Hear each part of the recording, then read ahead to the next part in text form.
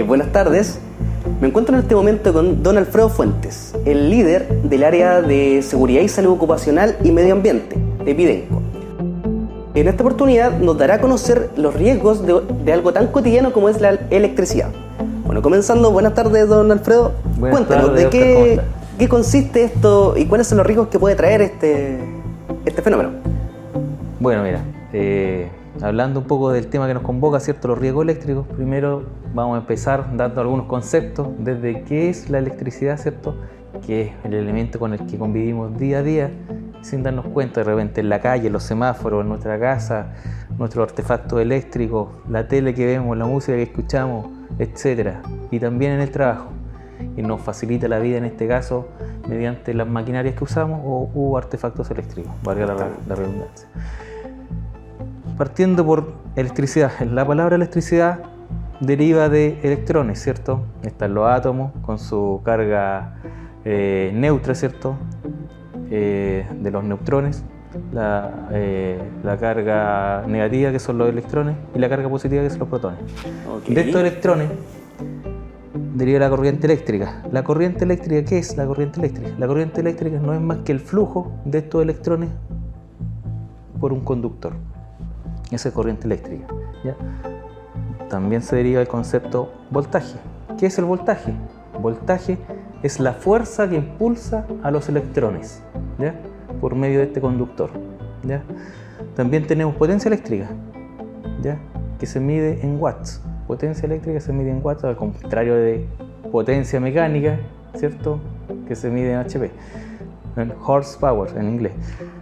En este caso, mira, un caso un ejemplo más común, por ejemplo, tenemos acá, tenemos una ampolleta, por ejemplo, tenemos una ampolleta de 40 watts y tú lo puedes ver en el lumen, que es, ¿cierto? En la luminosidad. Sí. Y al contrario, podemos tener en la otra pieza una ampolleta de 100 watts y tú ves que ilumina mucho más que la de 40. ¿Ya? Ahí se refleja la potencia, ¿ya? La potencia eléctrica es la que se expresa en watts. ¿Ya? De tal forma que cuando tenemos un artefacto o un equipo que consume más watts, en este caso, está consumiendo más energía, ¿ya? También tenemos otro concepto que es la resistencia eléctrica. Y este concepto, ¿por qué lo nombro? Y es muy importante, ya que más adelante en la conversación vamos a derivar al tema de la resistencia que nuestro mismo cuerpo ofrece a los electrones, ¿ya? ¿Y por qué es tan importante instalar una malla tierra en las casas? ¿O por qué las casas en realidad tienen el concepto de malla tierra, ¿ya? O de tierra. Bueno, Alfredo, entonces me contaste que tenemos algunos conceptos básicos importantes, como son el voltaje, la corriente, la resistencia y la potencia. Bueno, entonces cuéntame, ¿qué más debemos saber sobre la electricidad y su riesgo? Mira, justamente con lo que me mencionaste, nos faltan las unidades de medida, que son las básicas y muy importantes. En este caso me nombraste el voltaje primero, ¿cierto? El voltaje se mide en volt, la corriente se mide en amperes, ¿ya? La potencia en watts, como lo habíamos dicho delante, y la resistencia en ohms, ¿ya? El signo de omega, ¿ya? Esas son las unidades de medida de esta variable. Ahora, mira, dentro de la electricidad, ¿cierto? Tenemos dos tipos de corrientes. La primera es la corriente alterna, no sé si la has escuchado por ahí, y la segunda es la corriente continua, ¿ya? Dentro de la corriente alterna, bueno, vamos a explicar primero qué es lo que es la corriente alterna, ¿cierto? Es un tipo de corriente que varía, que alterna, justamente como su nombre lo dice, en siglos, ¿ya? Sobre cero y bajo cero, ¿ya? Esta variación de siglos sobre cero y bajo cero a través del tiempo se llaman hertz, ¿ya? Así se mide. Y la corriente continua, su símbolo es una rayita, ¿cierto? Porque es continua en el tiempo, ¿ya? En este caso, la corriente continua es la que tiene polaridad y la corriente alterna no tiene polaridad. Y de ahí deriva la pregunta que mucha gente me la ha hecho en terreno, ¿cierto? Que en este caso, ¿por qué yo cuando enchufo un artefacto eléctrico en la red domiciliaria, ¿cierto? Lo puedo enchufar de una forma o al revés, tomo el enchufe y lo conecto así, después lo conecto así, y siempre funciona el equipo, ¿ya? En este caso no existe restricción de polaridad, es por lo mismo, por el tipo de onda de la corriente. Al contrario de la corriente continua, ¿cierto? En que generalmente este tipo de corriente proviene de fuentes como pilas o baterías, en que sí tenemos una polaridad, en este caso el positivo y el negativo, ¿cierto? En el que siempre nos tenemos que fijar muy bien de cómo lo conectamos, ¿cierto? Tener muy presente cuál es el positivo y cuál es el negativo, ¿ya? Para no cortocircuitar. Ahora, teniendo claro esto, tú me puedes decir, ¿y cómo vemos esta onda? ¿Cómo yo puedo ver? ¿Cómo se sabe que la onda de la corriente alterna es así? Es un tipo de onda sinusoidal, ¿cierto? Porque es la onda del seno, ¿cierto? Y la otra es una onda K, ¿cierto? Constante. Hay instrumentos, por ejemplo el osciloscopio, ¿ya? Que es un instrumento el cual se le hace pasar la onda de la corriente y te entrega la forma visual de cómo es el tipo de onda, ¿ya? Así que mediante este instrumento podemos hacernos una idea más o menos cómo es el tipo de onda, ¿ya? Y ahí hacer diversos cálculos. Ok, bueno. Pero y entrando un poco más, por ejemplo, en el área ya de los procesos forestales, por ejemplo, ya con las maquinarias, una maquinaria de las que se utilizan, ¿qué tipo de corriente tendría una de esas maquinarias? ¿Cómo trabajan ellas? Sí, mira, entrando propiamente tal en el tema nuestro, ¿cierto?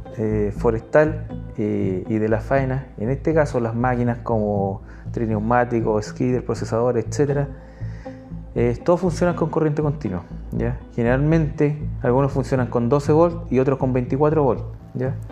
En este caso las baterías tienen 12 volts, entonces para complementar o llegar a los 24 volts, en este caso se colocan dos baterías, ¿ya? Y se conecta el circuito en serie, que se llama, que es un tipo de conexión, que son las conexiones, son serie, paralelo y mixto. En este caso se conecta en serie.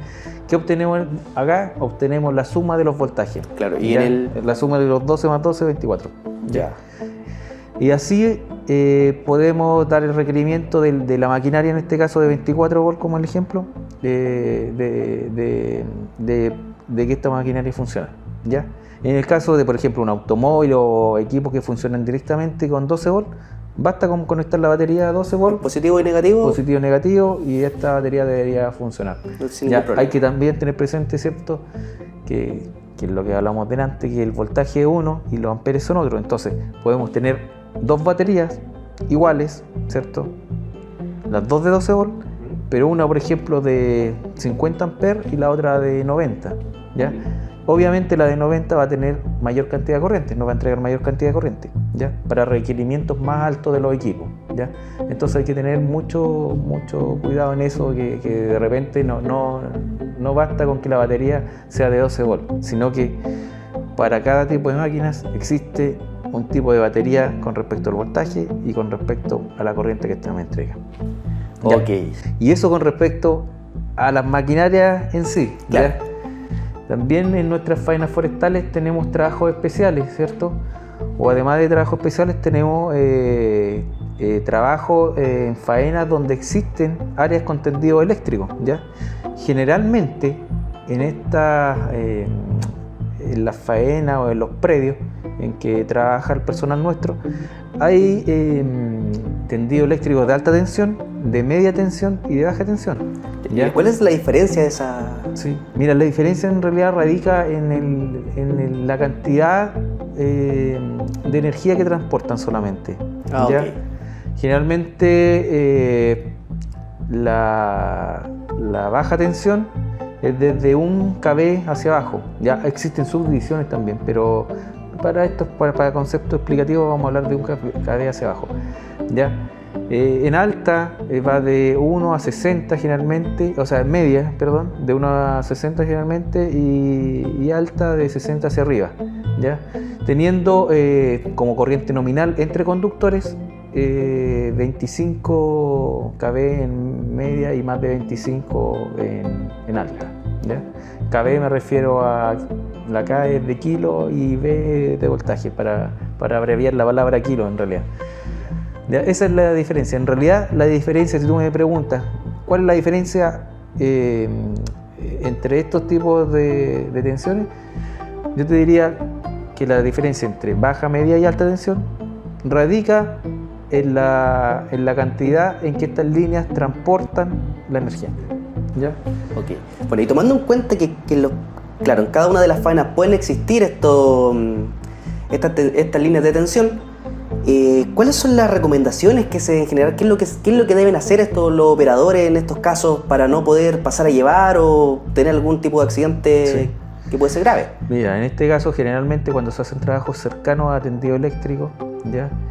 O tipo de trabajos especiales, por ejemplo, los trabajos especiales generalmente el área jefatura, en este caso, supervisores, etcétera, hacia arriba, tanto de la empresa nuestra como de la empresa mandante, ellos se comunican con el personal de la empresa eléctrica presente en el lugar, identifican a la empresa eléctrica, el encargado de la empresa eléctrica, si es necesario y el riesgo potencial es muy alto, se corta la energía en el sector, ¿ya? Para que se realicen los trabajos, ¿ya? Y luego de esto, y mediante un proceso del departamento nuestro de prevención de riesgo también, en que se envían las MIPER, ¿cierto? El ARTE, que es el análisis de riesgo de trabajos especiales, y luego de aprobado todo esto se procede a efectuar o ejecutar los trabajos, ¿ya? El otro caso, en el caso en que existan las líneas eléctricas en los predios, ¿ya? ¿Cierto? Nosotros como protocolo interno tenemos para trabajos planificados son 15 metros de distancia y para trabajos no planificados son 30 metros de distancia los que tenemos que estar, ¿ya? Con respecto a la línea, ¿ya?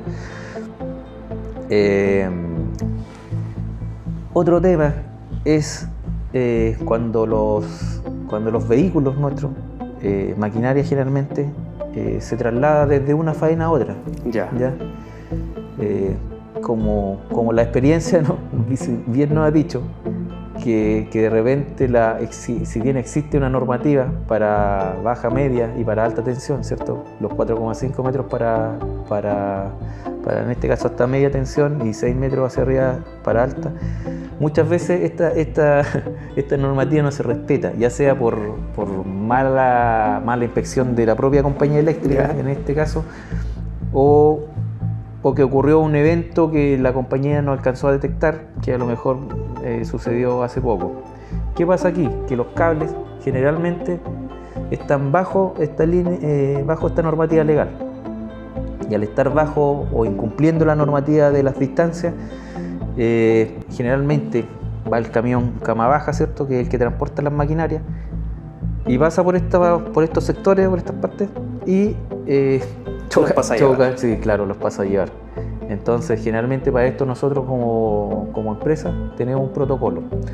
Tenemos una vara de medición con la cual se evita si hay una zona de conflicto, ¿cierto? Un punto crítico en el camino, en este caso,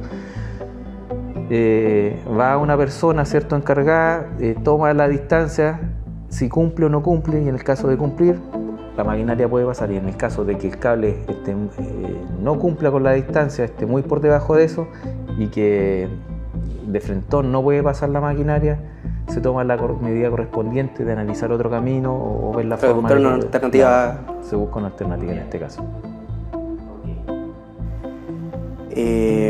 Bueno, y tomando en cuenta me imagino para personal de mantención de la maquinaria, ¿existe algún tipo de elemento de seguridad que los pueda permitir o que lo tenga mucho? Sí, Oscar, como tú bien dices, justamente para el personal, en este caso de mantención de la maquinaria, ¿cierto? Que es nuestro equipo mecánico, una vez que ellos van a efectuar las tareas de mantención a la máquina, existen unos protocolos del cortacorriente, ¿cierto?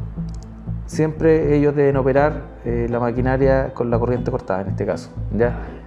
Y también existen unos bloqueos para la cabina para que el operador, en ese caso, cuando está trabajando en este caso el equipo mecánico, ellos pueden efectuar su tarea sin riesgo a que el operador en este caso se suba a la máquina de manera imprevista, pueda en este caso a lo mejor accionar algún joystick o algún comando de la máquina y este comando pueda dañar a nuestro equipo mecánico. Ya, de esta forma la máquina queda, la cabina en realidad queda bloqueada, de forma de que el operador en este caso no pueda ingresar en ese momento, ¿ya? Y puede así hacerlo una vez que el equipo mecánico haya terminado su tarea y se ubique en su zona de seguridad. En este caso ya el operador puede probar y accionar el equipo. Bueno, Alfredo, entonces hemos hablado de temas básicos e importantes como las características propias de la electricidad, ¿no es cierto? Y algunos métodos preventivos, pero para el tema de los mecánicos, por ejemplo. Bueno, pero en esencia, para la gente en sus casas, por ejemplo, ¿qué sería en sí un riesgo eléctrico? ¿Y cómo lo pueden sobrellevar o no poder tenerlo presente, tratar de evitarlo? ¿Cómo se puede hacer? Mira, en la casa fundamentalmente, sobre todo en las casas modernas, en realidad, los riesgos eléctricos están muy aminorados, ¿ya? ¿Por qué? Porque tenemos, la legislación ha cambiado mucho en cuanto a protecciones, ¿ya? Tenemos disyuntores automáticos, en este caso, y también tenemos elementos diferenciales, ¿ya? El disyuntor automático en este caso nos protege por dos cosas, en este caso. Por cortocircuito, ¿cierto? Opera, y también opera por sobreconsumo. Te doy un ejemplo. Por ejemplo, generalmente en las casas, en el lugar en el que más se consume es en la cocina. Ya generalmente las cocinas están adosadas a algún tipo de logia, y dentro de este circuito nos falta en la mañana o en la tarde que está encendido el horno, el microondas, el hervidor, etc. Y de repente la señora dice: oh, cayó el automático. ¿Qué pasa en ese caso? Pasa que en este caso el disyuntor, ¿cierto? O automático operó. ¿Por qué operó? Por sobreconsumo, ¿ya?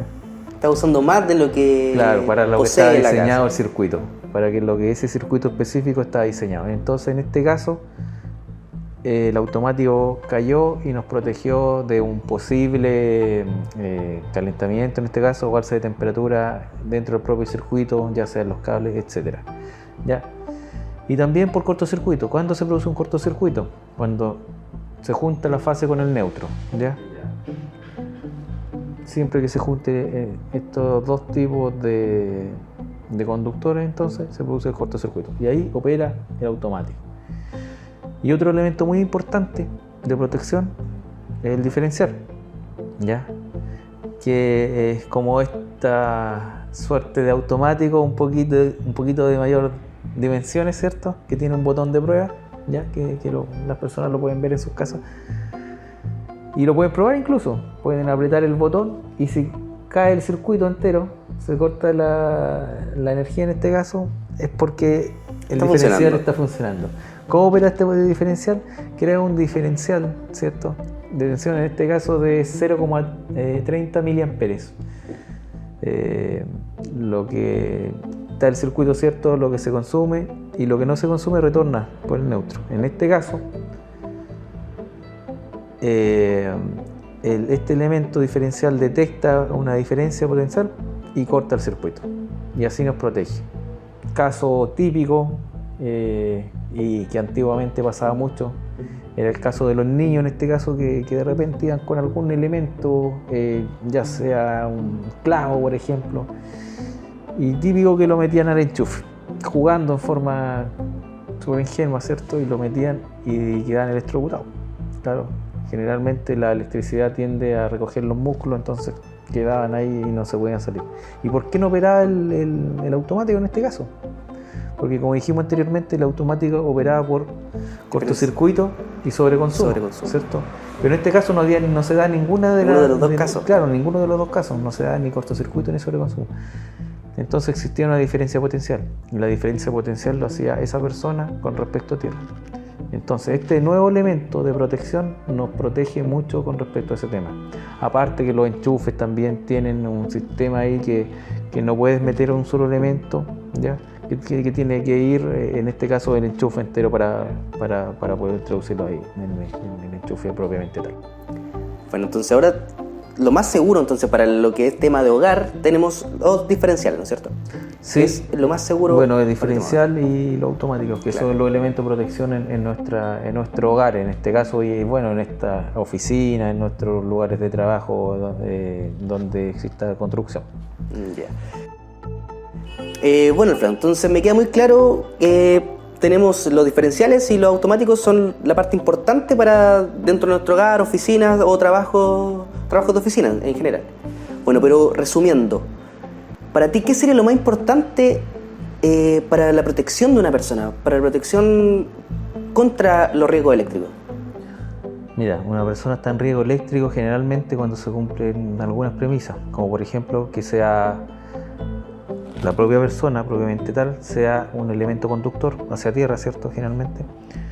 Cuando esta misma persona forma un diferencial de potencial entre dos puntos y cuando la misma persona forma parte de este mismo circuito. En este caso estamos en un riesgo potencial eléctrico, ¿ya? Es como lo que hablamos directamente delante, cuando una persona puede estar en riesgo directo, en este caso al tomar generalmente con su extremidad, con sus manos, los elementos conductores que muchas veces están en mal estado, a lo mejor cables pelados, etcétera, mal enguinchados. ¿Ya? Y también está el contacto indirecto, cuando la persona toca algún elemento que no debería estar electrocutado en este caso, con energía, y la toca y la energía fluye a través de esta persona. Ahí hay un contacto indirecto.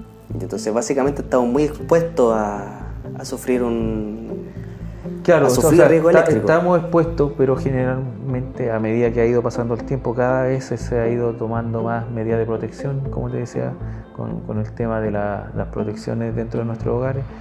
Así que generalmente cuando nos ocurre algún incidente con respecto a este tema, actúan los elementos de protección que tenemos Ok, en entonces, bueno, dentro de nuestro hogar o oficinas, por ejemplo, trabajos de oficina, está todo muy claro. Pero pasando al tema de faenas forestales, en ese caso, ¿qué podrían hacer los operadores frente a algún trabajo que tenga un alto riesgo de poder Bueno, tener electricidad? dependiendo del cargo en este caso y de los cargos directamente involucrados en este caso, yéndonos a nuestra empresa, que son los volteos, ¿cierto?, de árboles. En este caso, si es un volteo tradicional o con un motosierrista en este caso, el motosierrista tiene que seguir su procedimiento, ¿cierto?, su procedimiento de trabajo seguro, y dentro de este procedimiento de trabajo seguro está el volteo cercano a tendido eléctrico, planificado en este caso. ¿Ya? Lo que hablamos delante, el Departamento de Prevención de Riesgo tiene que tomar todos los resguardos necesarios, ¿cierto?, la empresa mandante, nosotros, y en este caso el mismo operador o motosierrista tomar todas las precauciones. Por ejemplo, si el volteo es extremadamente complicado, apoyarse de algún tipo de maquinaria, en este caso puede ser del skidder winch o de otro elemento que le permita dirigir el volteo en contra claro, o en contra o no sea, que no sea dirigido no sea en dirección hacia el tendido. Sí. Ya, y en cuanto a maquinarias, por ejemplo, el operador de alguna maquinaria en este caso, también tiene que tomar el resguardo necesario, también de no dirigir el volteo obviamente hacia el tendido, y respetar los metros que corresponden con respecto al mismo volteo en sí. Entonces, eso sería como básicamente todas las precauciones que deben tomar en faena, ¿no es cierto? Sí, eso generalmente. Y obviamente respetar las distancias de seguridad. Claro, todos los procedimientos eso es fundamental. Sí. De trabajo, seguro. Sí. Bueno. Y lo otro, como último concepto, también hay días en que los trabajos se efectúan en condiciones ambientales óptimas, ¿cierto? pero hay días en que planificamos y de repente no tomamos algo muy importante que es cómo va a estar el día, ¿cierto? El tiempo, ¿ya? Y generalmente podemos tener un tiempo con mucha humedad relativa en que las condiciones no son favorables al tipo de trabajo que vamos a realizar, y en ese caso tenemos que tomar todas las medidas necesarias para evitar que, si en este caso estamos muy cerca del tendido, podamos tener algún tipo de arco eléctrico que nos genere el mismo tendido, en este caso de alta tensión puede ser. Entonces, para evitar eso tenemos que tomar las medidas correspondientes, ¿cierto?, en caso a los metrajes de seguridad o área de protección en este caso. Ok, Alfredo, entonces tenemos, ¿no es cierto?, que se deben seguir los procedimientos de trabajo seguro como principal, dar a conocer también los riesgos presentes en la faena, tener en cuenta las condiciones ambientales y bueno, con eso podríamos... Y respetar los protocolos. Claro, respetar los protocolos. Ya con eso podríamos estar realizando un trabajo de manera segura. Sí. Bueno, entonces con eso terminamos lo que es la capacitación de riesgo eléctrico. Muchas gracias, Alfredo. Hasta luego. Muchas gracias a ti, Oscar.